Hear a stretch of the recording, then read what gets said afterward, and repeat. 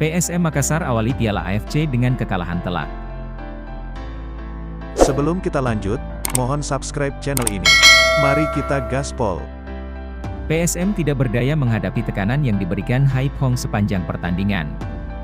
PSM Makassar mengawali perjalanan di grup H Piala AFC 2023-24 dengan tidak meyakinkan setelah digasak klub Vietnam Haiphong FC 3-0 di Stadion Lach Tray, Kamis 21 September malam waktu Indonesia Barat.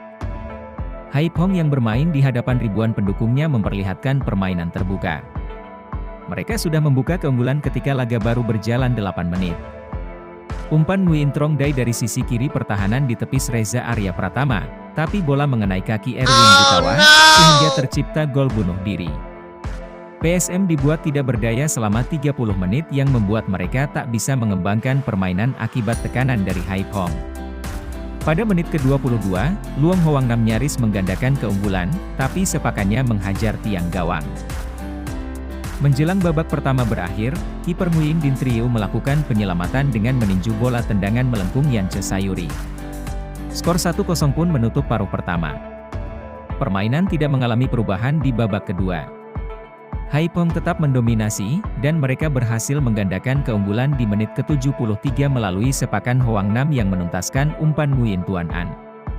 Hoang Nam menjadi momok bagi pertahanan PSM. Rashid Bakri terpaksa melanggar Hoang Nam di kotak penalti, sehingga wasit menunjuk titik putih. Joseph Bande pun menjalankan tugasnya dengan baik 4 menit menjelang laga usai untuk menggenapi kemenangan Haiphong menjadi 3-0. Dengan hasil ini, PSM mendekam di dasar klasemen grup H dengan koleksi 0 poin.